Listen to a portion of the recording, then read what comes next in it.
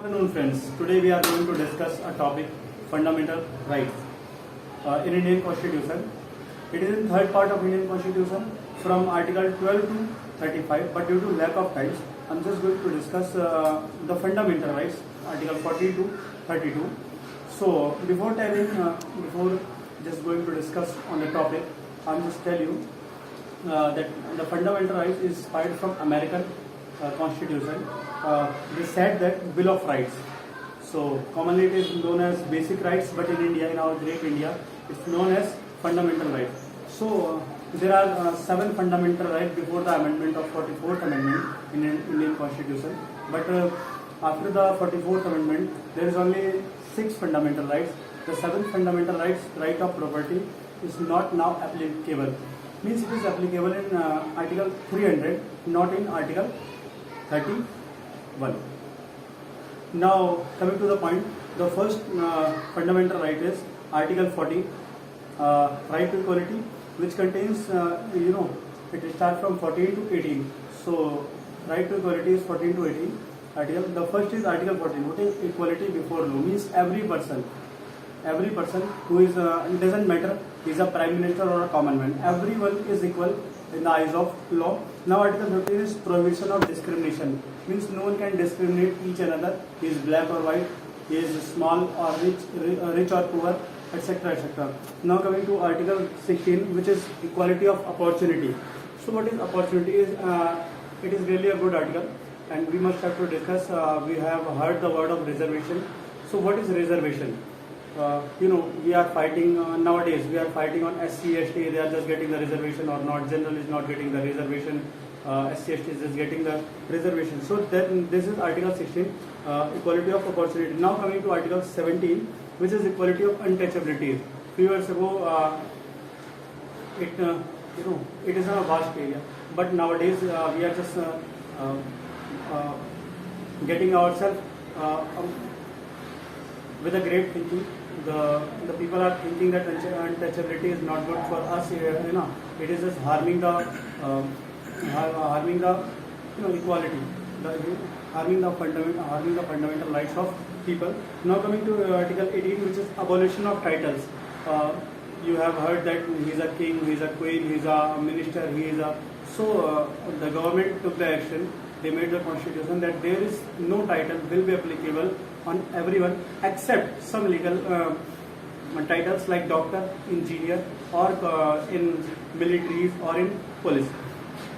So it was our first fundamental right, right to equality. Now coming to our second fundamental right, which is right to freedom, which consists of 19 to 22, Article 19 to 22. So Article 19, what is Article 19? 19 is freedom of speech. 19 is really very vast. So I'm just going to tell you some few more key points. Freedom of association, freedom of assemble peacefully, freedom to business and settle, and freedom to protest. But there is a exception. At the time of emergency, this article, means Article 19 to 22, is suspended. Is suspended by the government, by the Constitution of India. So it was Article 19 to 22. Now Article 20. What is 20? So no ex post facto, means no one can stand in the against of our government, our state government, and no double jeopardy. No double jeopardy. Double jeopardy means no person shall be liable for the single crime. No person shall be liable for twice for a single crime he have done. And also a right to protection with respect of conviction. Now coming to Article 21, which is right to life. What is right to life? Right to life with dignity. Dignity means in Hindi izzat. So everyone have the right to they have to live with dignity. Now coming to the next key point of right to life is right to privacy. Everyone must have the privacy, right to livelihood. They must have shelter, education, health, etc. by the government. Now coming to Article 21A, which is amended, which is the right to education of children who is 6 to 14 years. Now the next article is Article 22, which is protection against arbitrary arrest. if anyone is arrested by the police, he have right that the police must have to stand that victim in the court within 24 hours. If he is just found liable, he is found guilty, he must have to just pay the penalty, or he have to just you know pay the charges what he is just for guilty in the court. Now lawyers must be allowed in Article 22. Coming to the third fundamental right, which is right against exploitation. We know the word, we know the meaning of exploitation. Exploitation means social karna. So social, so human trafficking and forcefully laboring. If we are forcing someone to do the work which is a labor kind work, so it is our right that we can file a suit against that person. Now coming to Article 24, which is child labor. Doesn't mean that child want to do the work. If the child is below 14 years, he is not able to do any kind of work. It's a crime. It's a crime. Now coming to Article 25, which is our fourth fundamental right, 25 to 28. That is right to freedom of religion. Everyone, Article 25 says that freedom of conscience and practice and propagation of religion means every person can select and can just conscience that religion, whatever he wants to do and whatever he wants to have that religion. If he want to have a religion, it's okay. If he don't want to have a religion, it's already okay. Now coming to the Article 26, which is freedom to manage the religious affairs. If there is a religious affairs, he can manage in Article 26.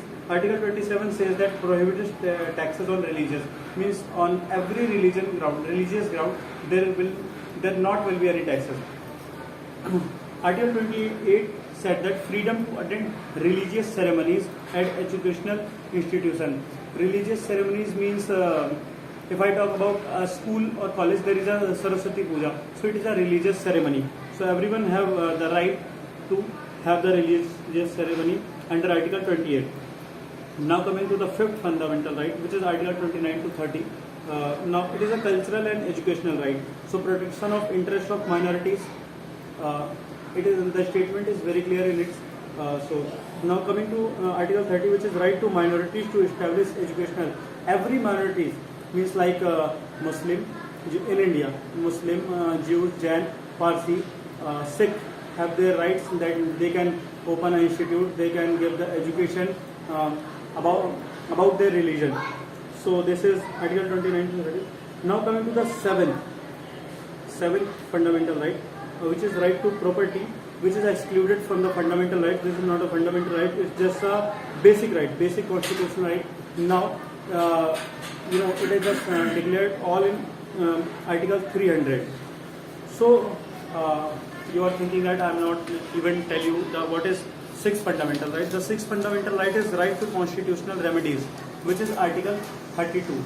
So if I have to just clear this article or discuss this article with you guys, so I have to make a next video or new video, because it contains 5 writs also. So I think that it is better to us and better to you also that I have just make a new video on this article, and definitely I will just clear all this topic, all the Article 32 with 5 writs, but not now, because due to lack of time, there is a boundation of time. I have to just complete the video within 5 to 10 minutes. So definitely I'll just clear everything. Definitely we will meet once again. Thanks to you. Thank you. This is Surya.